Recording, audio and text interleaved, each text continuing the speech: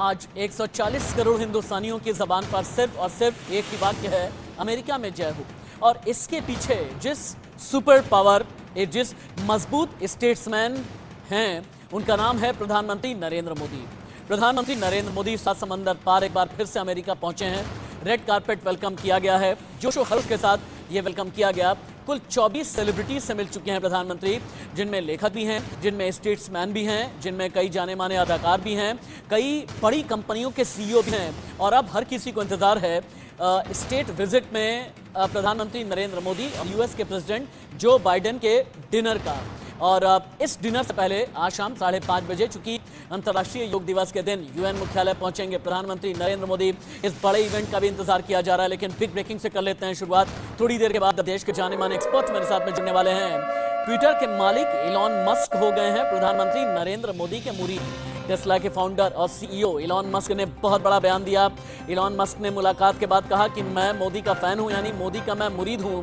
भारत के भविष्य को लेकर के मैं उत्साहित हूं। इलॉन मस्क ने आगे कहा, मोदी वास्तव में वो प्रधानमंत्री हैं जो भारत की बहुत परवाह करते हैं। इलॉन मस्क जो टेस्ला के सीईओ हैं, इलॉन मस्क जो ट्विटर के मालिक हैं, इलॉन मस्क प्रधानमंत्री नरेंद्र मोदी के किस तरह से हो गए हैं मुरीद, अगर उनके शब्दों में ही आप सुनेंगे, देखेंगे, खुद ही समझ जाएंगे। एक एक शब्द अपने आप में पूरी कहानी बयां कर रहे हैं, सुनाइए। It was a fantastic meeting with the Prime Minister, and I like him quite a lot. He visited our Fremont factory several years ago, and so we've now known each other for a while. I can say he really wants to do the right thing for India. He wants to be open. He wants to be supportive of new companies, and obviously, but at the same time, make sure it accrues to India's advantage, which is, obviously that's the job. I'm saying I am a fan of Modi. So. नए world order में प्रधानमंत्री नरेंद्र मोदी कितने बड़े global leader बन गए हैं, ये बताने के लिए जो तस्वीरें मेरे बाईं तरफ चल रही हैं, इलॉन मस्क जो ट्विटर के मालिक हैं, प्रधानमंत्री नरेंद्र मोदी के हैं। और ये भी कहा इलॉन मस्क ने कि प्रधानमंत्री नरेंद्र मोदी वो हैं जो भारत और भारतीयों की वाकई में परवाह करते हैं। एक एक करके मेरे साथ में गेस्ट अब जुड़ने वाले हैं, और जितनी भी बड़ी खबरें हैं जो सात समंदर पार अमेरिका से आ रही हैं, ये भी आप तक मैं पहुंचाता रहूंगा। Wing commander retired Praful Bakshi defence deal expert हैं, थोड़ी देर के बाद में जुड़ने वाले हैं। Group captain retired UK Devnath Indo US expert मेरे साथ में हैं। कर्नल रिटायर्ड जेएस सोढ़ी रणनीतिक जानकार हैं, स्ट्रेटेजिक एक्सपर्ट हैं, मेरे साथ में हैं। जीवीआर शास्त्री पॉलिटिकल एनालिस्ट, और संजीव श्रीवास्तव विदेश मामलों के जानकार थोड़ी देर के बाद जुड़ेंगे। सबसे पहले कर्नल रिटायर्ड जेएस सोढ़ी, मेरा सवाल आपसे है, इलॉन मस्क भी प्रधानमंत्री नरेंद्र मोदी के मुरीद हो गए हैं। अगले 2 दिन भारत के लिहाज से, भारत को सुपर पावर बनाने के लिहाज से, बड़ी डिफेंस डील के लिहाज से किन मायनों में खास हैं? जैन राशिद जी, ये मेरा सौभाग्य कि मैं आपके न्यूज चैनल विख्यात को पैलेस के साथ हूं। औपचारिक तौर पे बेशक भारत को एक सुपर पावर का दर्जा ना दिया गया हो अब तक, लेकिन हम अनऑफिशियल तौर पे एक सुपर पावर है, क्योंकि पिछले 9 साल में जब प्रधानमंत्री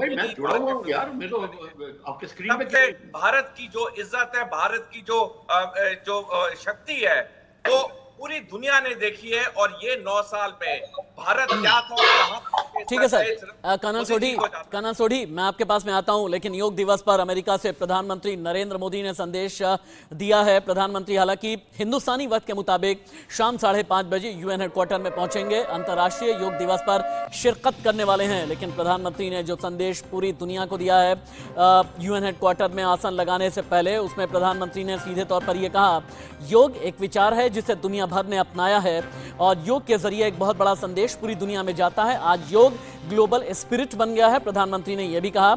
और योग ने हमेशा से जोड़ने का काम किया है, पूरी दुनिया को वसुधैव कुटुंबकम में अगर लेकर के आया है तो इसके पीछे योग ही है। मोदी का योग संदेश लाइव। साथियों, आपको यह भी बता दूं कि भले मैं आपके बीच योग नहीं कर पा रहा हूं, लेकिन योग करने के कार्यक्रम से भाग नहीं रहा हूं। और इसलिए आज शाम को भारतीय समय के अनुसार शाम 5:30 बजे करीब करीब संयुक्त राष्ट्र यूएन के मुख्यालय में जो विशाल मात्रा में योग कार्यक्रम हो रहा है, मैं उसमें शामिल होऊंगा। भारत के आह्वान पर दुनिया के 180 से ज्यादा देशों का एक साथ आना ऐतिहासिक है, अभूतपूर्व है। प्रधानमंत्री नरेंद्र मोदी का अंतर्राष्ट्रीय योगा दिवस के दिन आज सुबह 6:20 का ये संदेश आप सुन रहे थे, जो पूरी दुनिया के लिए दिया गया है। और प्रधानमंत्री ने ये कहा कि मैं आप सबसे दूर हूं, लेकिन अंतर्राष्ट्रीय योग दिवस का संदेश पीएम ने दिया है। कर्नल जय सोढ़ी, अपनी बात आप आगे बढ़ाएं, मैंने आपको रोक दिया था। आई एम सो सॉरी, अपनी बात को कंटिन्यू करें आप। राष्ट्र जी, राष्ट्रपति जो बाइडेन के कार्यकाल में अब तक सिर्फ पहले 2 नेताओं को स्टेट विजिट का दर्जा दिया गया है, सम्मान दिया गया है, और प्रधानमंत्री मोदी जी राष्ट्रपति जो बाइडेन के कार्यकाल के तीसरे स्टेट विजिट के लीडर होंगे।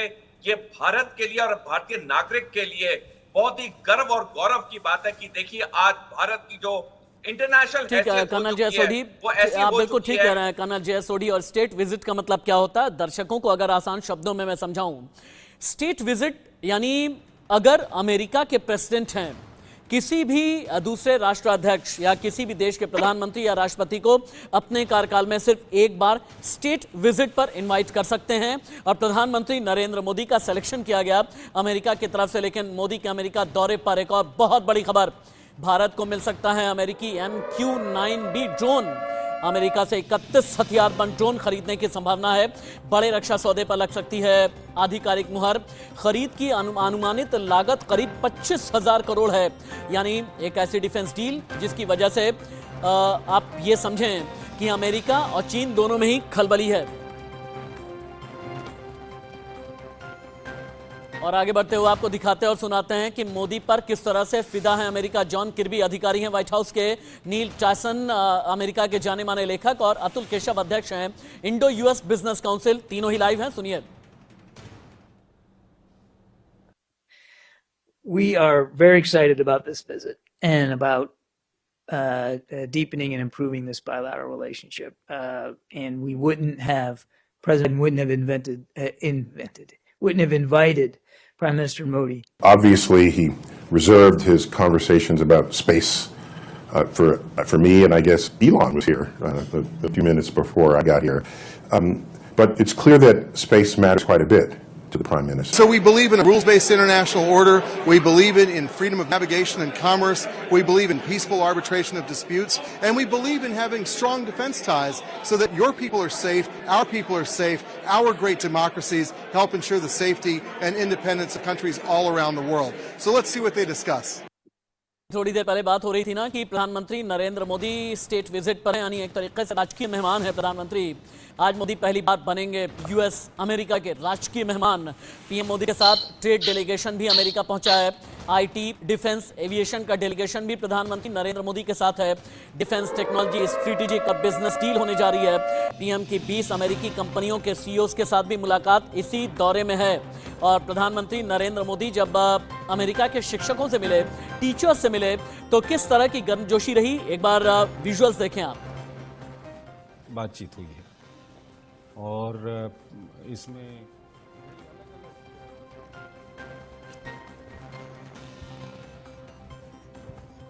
यह और कई सारे विषयों पर वहां पर बातचीत हुई है।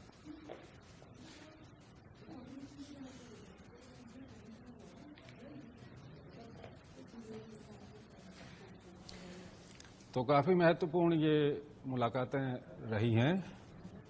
शिक्षा जगत से जुड़े हुए लोग, वैज्ञानिक, लेखक और उद्योगपति इनमें शामिल हैं, जिन्होंने प्रधानमंत्री से वहां पर मुलाकात की है और कई महत्वपूर्ण विषयों पर वहां पर बातचीत हुई है।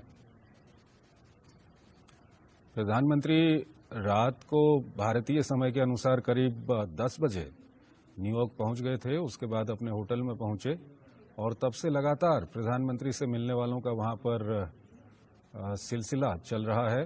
कई लोगों ने प्रधानमंत्री से मुलाकात की है, उन्होंने मुलाकात की है।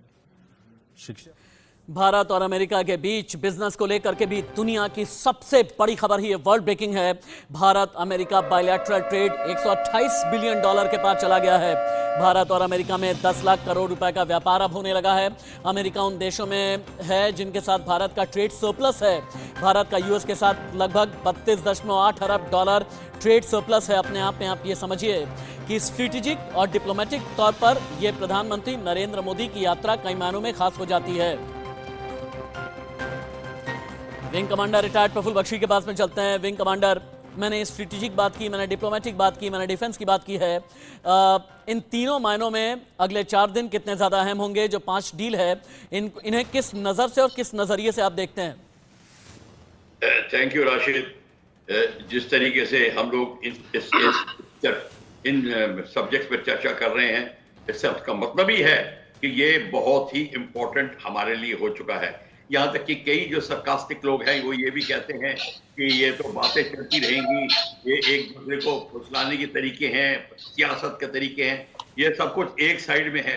असलियत ये है, जो रियलिटी ये है कि अब जो थ्रेट परसेप्शन जो दुनिया को दिखाई दे रहा है, जो एशिया पैसिफिक एरिया में है, जो अमेरिका जो अज्यूम कर रहा है, जो उसको दिख रहा है, जो हमें दिख रहा है, उसमें हम सब कन्वर्ज कर रहे हैं, हमारे माइंड्स कन्वर्ज कर रहे हैं। और उस समय हमको, अब आप देख रहे हैं, इस समय हमको अमेरिका की जरूरत है नहीं है ये दूसरी बात है। अमेरिका को हमारी इस समय सबसे ज्यादा जरूरत है। इसलिए जरूरत नहीं है कि कोई अमेरिका गरीब देश है या हेल्पलेस या असहाय है, पर उसकी रिक्वायरमेंट्स ऐसी आ गई हैं कि इसके लिए हम भारत एक फिट कर सकता है। और सबसे बड़ी बात यह है, अभी आपके नैरेटिव में भी यही था कि जब डिफेंस डील्स होती हैं, फॉरेन पॉलिसीज कन्वर्ज शुरू होने होती हैं, आपके area of interest across the borders बढ़ जाते हैं, उसकी नेवी, ब्लू ओशन नेवी बनने लग जाती है, और आपका एयर पावर जो है स्ट्रेटेजिक कैपेबिलिटीज का हो जाता है। इस हुए जो हमारी रिक्वायरमेंट्स थी, अमेरिका को पता था यहाँ भारत के पास कुछ कमियां हैं क्योंकि वो इंडिजिनाइज नहीं है, इसलिए उसने कहा हम भारत की कमी पूरा करेंगे, भारत हमारी कमियां पूरा करेगा, और दोनों एक दूसरे के साथ मिलकर करेंगे।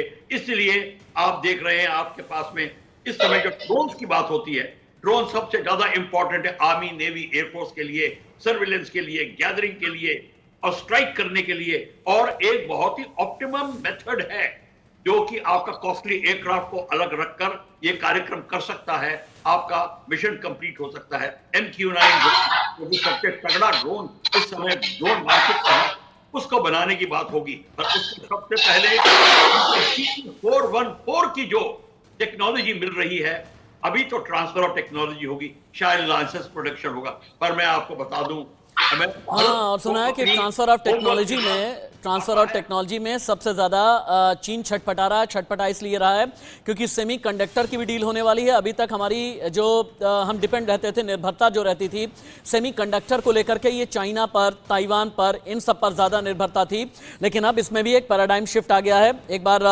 Group captain retired UK Devnath के पास भी चलते हैं। ग्रुप कैप्टन यूके देवनाथ, हम डिफेंस की बात कर रहे हैं, हम बाकी सारी चीजें तो हैं, लेकिन बहुत सी चीजें नैरेटिव में जब देखी जाती है ना, 34 बार अमेरिका गए हैं 9 भारतीय प्रधानमंत्री।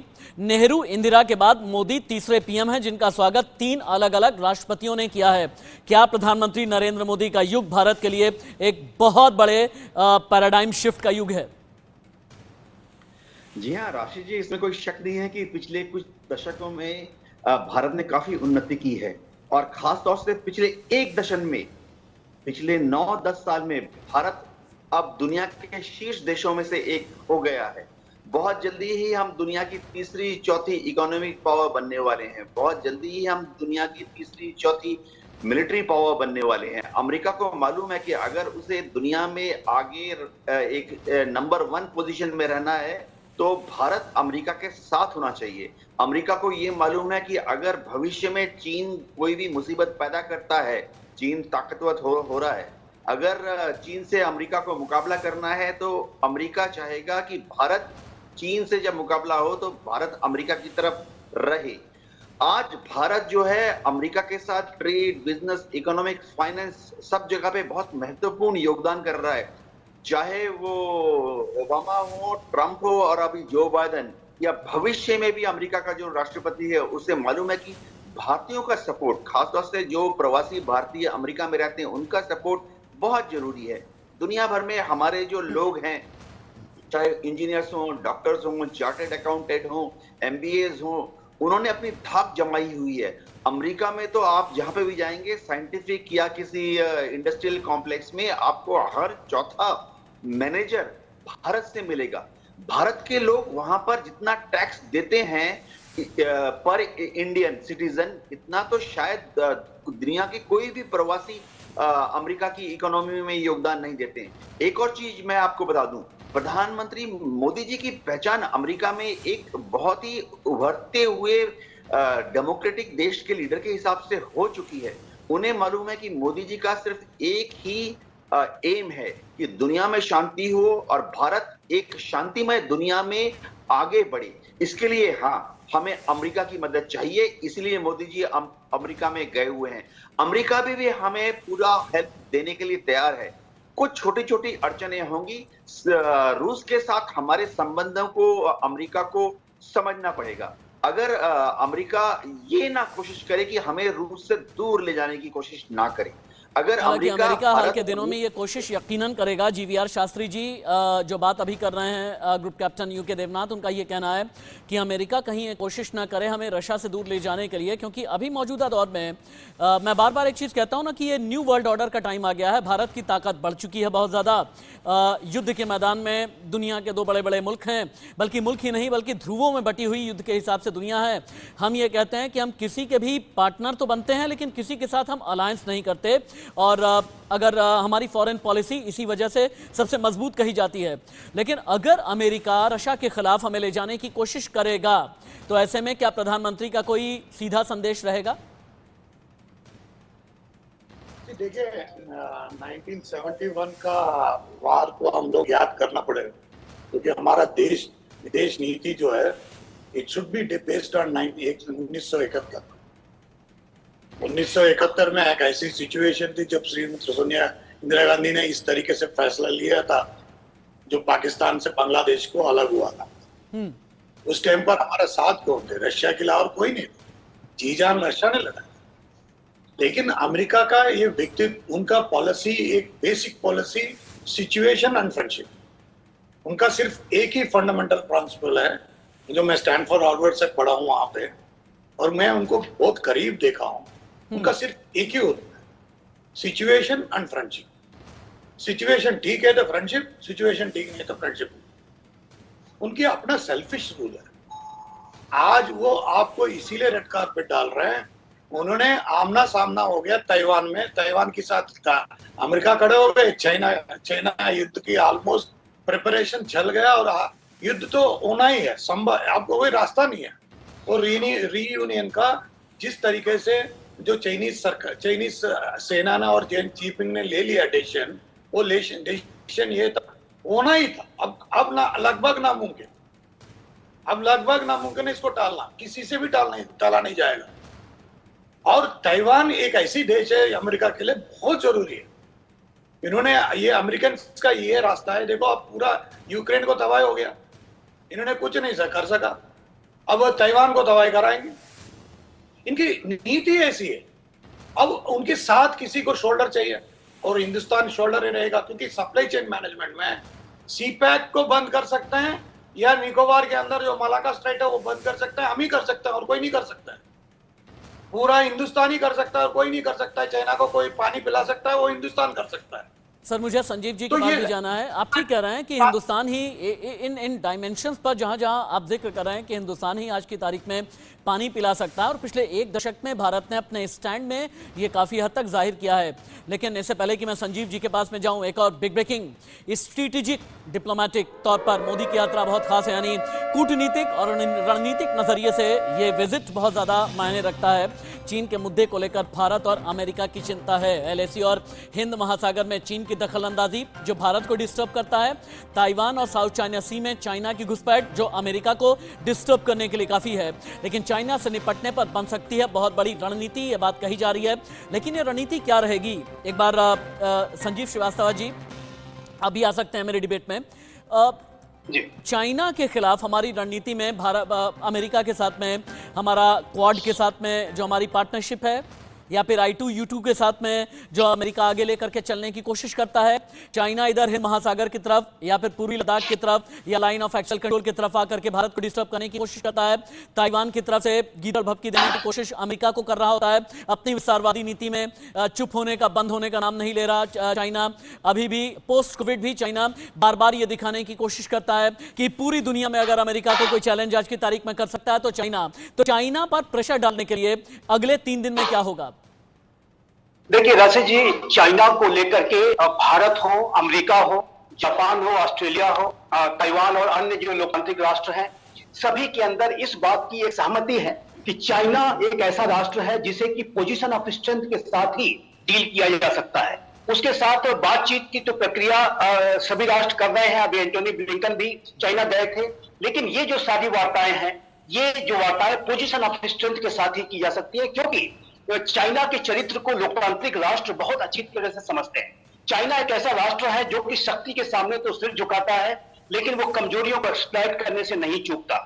उसकी रणनीतिक शक्ति के थिंकिंग सामने में आप कहने विस्तारवाद से झुकाता है। लेकिन संजीव जी यहाँ एक बात और भी तो समझाइए ना। यहाँ सिर झुकाने की बात कहाँ है? ड्रैगन तो बार बार फुफकार रहा है। अमेरिका के दौरे पर प्रधानमंत्री नरेंद्र मोदी हैं, तो जो चाइनीज सरकारी मीडिया है उसका ये कहना है कि भारत को एक दीवार के तौर पर चाइना के खिलाफ अमेरिका इस्तेमाल करने की कोशिश कर रहा है। देखिए, जब मैं चाइना के सिर झुकाने की बात करता हूं तो चाइना के ऊपर मैं लगाम लगाने के संदर्भ में मैं बात कर रहा हूं, जैसा कि हमने डोकलाम में करके दिखाया था। डोकलाम में भारत ने अपनी ताकत दिखाई थी। 73 दिनों तक डोकलाम में eye ball to eye ball confrontation China के सैनिकों, लेकिन उसके बाद उसने क्या किया? उसके बाद उसने पेंगोंग कर दिया, उसके बाद उसने गैलवान कर दिया। डोकलाम के बाद पेंगोंग किया, गैलवान का किया, दौलत बेग ओल्डी की तरफ जाने की कोशिश की, DSDBO रोड को ब्लॉक करने की कोशिश की, ये सब भी तो किया ना। राशिद जी, डोकलाम में चाइना को अपने रोड कंस्ट्रक्शन एक्टिविटीज को बंद करना पड़ा था। और अगर गलवान की हिंसा की बात करें तो चाइना के सैनिकों को बड़ी जो क्षति उठानी पड़ी थी और पैगाम सोच से पीछे हटना पड़ा। अभी आप देखिए तो साउथ चाइना सी में जो चाइना जो तमाम साजिशें रचता है, उसमें उसको कहीं से भी कोई सफलता नहीं मिल पाती। अमेरिका ने ताइवान में नैन्सी पेलोसी की एक बहुत ही संकल्पबद्ध और साहसी यात्रा करके दिखाई। तो चाइना के ऊपर यदि हम लगाम लगाना है तो सभी राष्ट्रों को साथ में आना होगा। यदि हम कहीं से कोई कमजोरी दिखाएंगे, लोकतांत्रिक राष्ट्र यदि लगाम लगाने के लिए हम हालांकि दोहरा रवैया, 2 तरीके से स्ट्रेटेजी हम बनाते हैं। विंग कमांडर प्रफुल्ल बख्शी, एक तरफ तो ये कि जो एशियन राष्ट्र हैं, और एशियन राष्ट्र ही नहीं बल्कि जो बॉर्डर लाइन कंट्रीज हैं, उन्हें हम किसी भी तरह से अपने साथ में लेकर के आएँ, चाहे वो नेपाल है, चाहे भूटान है, चाहे म्यांमार है, चाहे श्रीलंका है, पाकिस्तान तो छोड़ दीजिए आप, ये जितने बॉर्डर लाइन कंट्रीज हैं इन्हें अपने साथ में लेकर के आएँ। और इसके अलावा 7 समंदर पार जा करके हम ये बताएं कि अमेरिका भी हमारा लोहा मानता है, जर्मनी भी हमारा लोहा मानता है, फ्रांस भी मानता है, इजराइल मानता है, रशिया भी मानता है। हम ये भी बताएं और ये भी हम साबित करें। लेकिन आपको लगता नहीं कि अगर यहाँ पर चाइना और पाकिस्तान का सामना करना है, चाइना और पाकिस्तान को दबाना है, चाइना पाकिस्तान पर प्रेशर डालना है, तो अभी जो बाइडेन की तरफ से भी बहुत सीधा और सख्त संदेश आना चाहिए। सिर्फ प्रधानमंत्री की तरफ से ही नहीं बल्कि जो बाइडेन की तरफ से भी ये रहना चाहिए। थैंक यू राशिद, आपने एक साथ बहुत पॉइंट्स पूछ लिए हैं। मेरे को आप प्लीज समय दीजिए, मैं इनको आपको अभी बताता हूं उनका जो मेरा जवाब है। सबसे पहली बात यह है कि ये जो मीटिंग होगी इसमें अभी सारे जो पॉइंट्स होंगे वो हमें नहीं पता, और क्या क्या पॉइंट्स होंगे, ये सारे पॉइंट्स आएंगे बीच में। सबसे बड़ी बात यह है शिंजो आबे का जिक्र होगा कि जिसने ये सजेस्ट किया था अमेरिका को। विंग कमांडर सर, यहीं से अपनी बात पूरी करेंगे आप, यहीं से अपनी बात पूरी करेंगे आप, क्योंकि जावेद अशरफ फ्रांस में भारत के राजदूत लाइव हैं। एक बार उन्हें सुन लेते हैं, उसके बाद आप अपनी बात आगे बढ़ाइएगा। India must become sovereign, self-reliant in defense industry in order to really be a secure nation and create employment in India and not just abroad. That we today have a lot of interest from all defense aviation companies, and we've seen that in the Paris Air Show. Not just the French companies, but companies from everywhere else that are interested in setting up manufacturing, design and development and engineering facilities in India. France में भारत के राजदूत जावेद अशरफ को सुन रहे थे आप। Wing commander, अपनी बात पूरी कर लें आप। मैं ये बात को बताने की कोशिश कर रहा था राशिद कि ये जो उन्होंने जो शिंजो आबे ने जो सजेस्ट किया था वो यही कहा था कि भारत को अब लीडरशिप लेनी चाहिए साउथ पैसिफिक एरिया के अराउंड जो कंट्रीज हैं उनकी, जो चाइना से ग्रसित हैं, और इसीलिए उन्होंने एक सजा एक कि हमसे एशिया पैसिफिक जॉइंट को prosperity and joint security sphere बनेगा, जिसको कि आप Asia Pacific union of countries कह सकते हैं, for joint industrial development, cooperation, all fields of progress, plus also joint security against China. उन्होंने ये कहा था कि चाइना को करना पड़ेगा, हमें करना पड़ेगा अगर चाइना को आपको कंट्रोल में करना है। दूसरी बात यह है कि भारत को यह पता है कि चाइना, जैसे अभी जिक्र हो रहा था और जैसे संजीव श्रीवास्तव साहब बताने की कोशिश कर रहे थे कि चाइना बात मानता है तब जब आप ताकत उसको दिखाएं। वियतनाम को ले लीजिए, उसने वियतनाम ने किस तरीके से चाइना का मुंह रगड़ा था जमीन पे, ये हम भूल गए। 1967 में जनरल सगत सिंह राठौर ने जब आर्टिलरी खोल दी थी without the government permission, 498 Chinese मारे थे। चाइना ने 20 साल तक बात नहीं करी थी। जनरल सुंदर जी ने जब अपना एक ब्रिगेड इंडक्ट किया था समदरंग में, तब चाइना जाके शांत हुआ था। चाइना को, और जैसे गलवान में हमने किया, जिस तरीके से डोकलाम में किया, चाइना वही भाषा जानता है और हम वो भाषा कर सकते हैं। पर हमको ये भी पता है कि चाइना की कैपेबिलिटी बहुत सारी है, क्योंकि इंडस्ट्रियलाइज और इंडिजिनाइजेशन प्रोग्रेस उसका बहुत अत्यधिक है, इसीलिए हम उसको कर रहे हैं। इसलिए अमेरिका ये हमसे डिस्कस करेगा। और अभी आप खुद ही नैरेटिव सुन रहे थे, सारी एविएशन इंडस्ट्रीज हमारे पास क्यों आ रही हैं? हमारी एविएशन की डिमांड भी बहुत हैवी है। दूसरी बात है, सारी कंट्रीज हमारे साथ, देखो बात खत्म करने दीजिए, सारी कंट्रीज हमारे साथ एक्सरसाइज कर चुकी हैं, America, France, Russia, great Britain, और सबको पता है। जीवीआर आपको जवाब देना चाहते हैं, एक बार जीवीआर को सुन लेते हैं, मुझे ब्रेक भी लेना है। जीवीआर प्लीज बोल रहे हैं आप। नहीं, मैं ये कह रहा हूँ, ये कोई बायलैटरल मीटिंग तब हो सकता है जब बायलैटरल इश्यूज के ऊपर बातचीत हो, करेक्ट, वार्तालाप हो, पूरी तरह बात करना चाहिए था। लेकिन ऐसा ये नेसेसरी मीटिंग है, it is a necessary meeting of the America.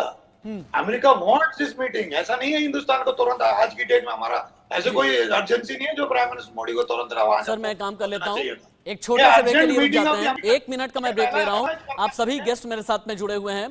प्रधानमंत्री नरेंद्र मोदी का अमेरिका दौरा भारत के लिए कैसे गेम चेंजर साबित होगा? आज शाम 5:30 बजे यूएन हेडक्वार्टर्स में पहुंचेंगे और ये दुनिया का सबसे बड़ा इवेंट है अंतर्राष्ट्रीय योग दिवस का, जहां पर प्रधानमंत्री नरेंद्र मोदी खुद ही योगा करेंगे। इस पर भी पूरी दुनिया की नजरें टिकी हैं। अभी तक की खबर यह थी कि इलॉन मस्क भी हो गए हैं प्रधानमंत्री नरेंद्र मोदी के मुरीद।